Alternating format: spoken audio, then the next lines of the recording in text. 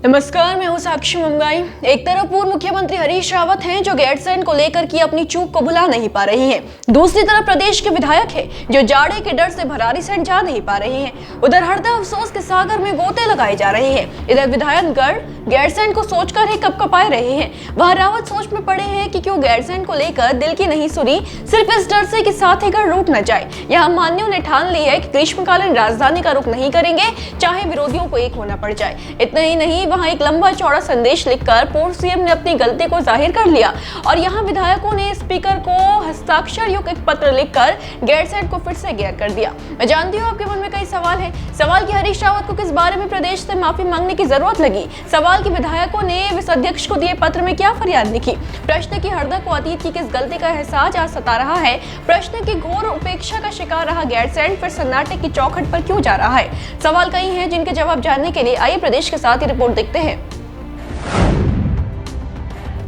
आपकी जानकारी के लिए बता दें कि लोकसभा चुनाव की तैयारियों के चलते धामी सरकार फरवरी में ही बजट सत्र आहूत करने की सोच रही है। अब हालांकि इसे लेकर अभी तक कोई निर्णय नहीं लिया गया है, लेकिन प्रदेश के विधायक अपनी ओर से तैयारियों में जुट गए हैं। तैयारी ये सुनिश्चित करने की कि भरारीसैंण की कंपकपा देने वाली ठंड में जाने के बजाय बजट सत्र देहरादून में कराया दिया जाए। जी हाँ, उत्तराखंड विधानसभा के अधिकांश विधायक ग्रीष्मकालीन राजधानी गैरसैंण का रुख नहीं करना चाहते हैं। गैरसैंण में पड़ने वाली ठंड को देखते हुए विधायकों के हौसले ठंडे हो गए हैं। इतने कि उन्होंने विधानसभा अध्यक्ष को पत्र लिखकर यह अनुरोध कर दिया है कि बजट सत्र देहरादून में कराया जाए, ये जानते हुए भी कि विधानसभा ने ही ये संकल्प पारित कर रखा है कि बजट सत्र भरारीसैंण स्थित विधानमंडल भवन में करवाया जाएगा।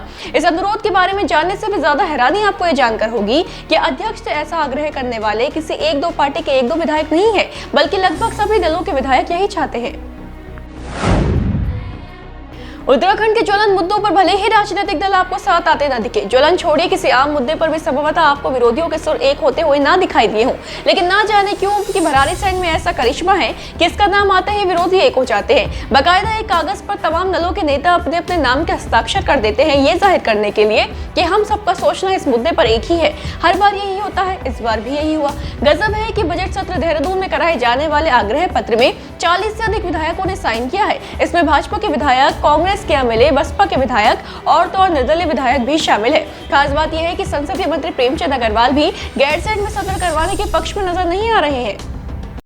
सरकार की इच्छा है कि हम लोग उसे गैरसैंण में लाए, लेकिन इस दौरान कुछ माननीय विधायकों ने लिख के दिया है कि आगामी सत्र जो है वो गैरसैंण के बजाय देहरादून में हो। तो उसमें लगभग सभी दलों के लोग उसमें शामिल हैं।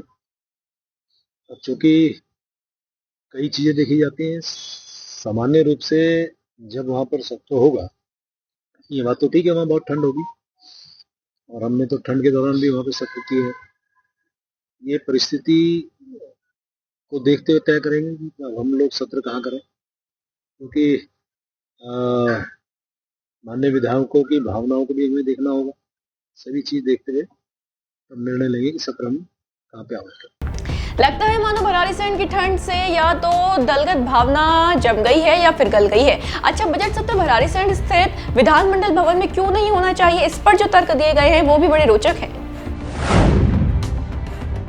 भरारीसैंण स्थित वो विधानमंडल भवन जिस पर अब तक जनता के टैक्स के 500 करोड़ से ज्यादा खर्च हो चुके हैं, वो भव्य भवन जिसमें करोड़ों रुपए बहाकर मान्यों के लिए आलीशान आवासीय परिसरों का निर्माण कराया गया है, जहां न केवल एक भव्य विधानसभा भवन निर्मित हुआ है, बल्कि सचिवालय, मंत्री, विधायक आवास समेत सीएम और विधानसभा अध्यक्ष के लिए भी आलीशान फ्लैट का निर्माण किया गया है, जहाँ सरकार व्यवस्था के नाम पर एक बहुत बड़ा स्ट्रक्चर खड़ा कर चुकी है। दुविधा है कि सैकड़ों करोड़ों की ये शानदार बनावट सन्नाटों में रहती है। ऐसा सन्नाटा जो 12 महीनों में सिर्फ चंद दिनों के लिए टूटता है, वो भी तब जब सरकार यहाँ सत्र कराने पहुंचती है। इसे दुविधा नहीं तो क्या कहें कि ऐसे स्थान पर विधायक ये कहते हुए जाने से परहेज करते हैं कि वहाँ काफी ठंड है, व्यवस्थाओं की कमी है। शायद नेताओं की ठंड के प्रति यही कोमलता है कि ग्रीष्मकालीन राजधानी होने के बावजूद गैरसैंण गैर है।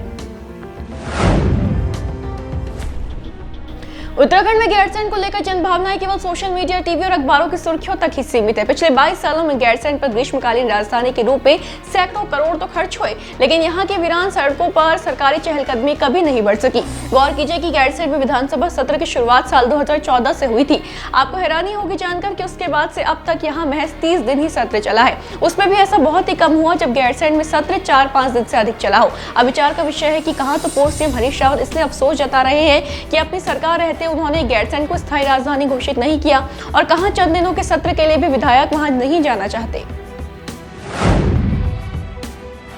उत्तराखंड के पूर्व मुख्यमंत्री हरीश रावत सोशल मीडिया पर अपनी भावनाओं को अक्सर ही लिखा करते हैं। कभी जन मुद्दों को उठाते हैं, कभी प्रदेश के पारंपरिक उत्पादों को बढ़ावा देते दिखते हैं। बीते दिन भी हरदा ने एक लंबा चौड़ा पोस्ट किया था। इस पोस्ट में हरीश रावत ने उत्तराखंड से माफी मांगी, मुख्यमंत्री रहते हुए मौके से चूक जाने के लिए, गैरसैंण को राजधानी घोषित करने की हिम्मत न जुटा पाने के लिए। पूर्व सीएम लिखते हैं कि काश उस समय मैंने तर्क, आलोचना और आंतरिक प्रतिरोधों से घबराए बिना निर्णय ले लिया होता तो आज गैरसैंण राज्य की राजधानी होती। हरदा लिखते हैं कि सरकार को दांव पर लगा करके भी ये निर्णय कर लेना चाहिए था, ये भी, और नए जिले घोषित करने का फैसला भी ले लेना चाहिए था। इसी के साथ पूर्व सीएम ने पोस्ट में लिखा, क्षमा उत्तराखंड।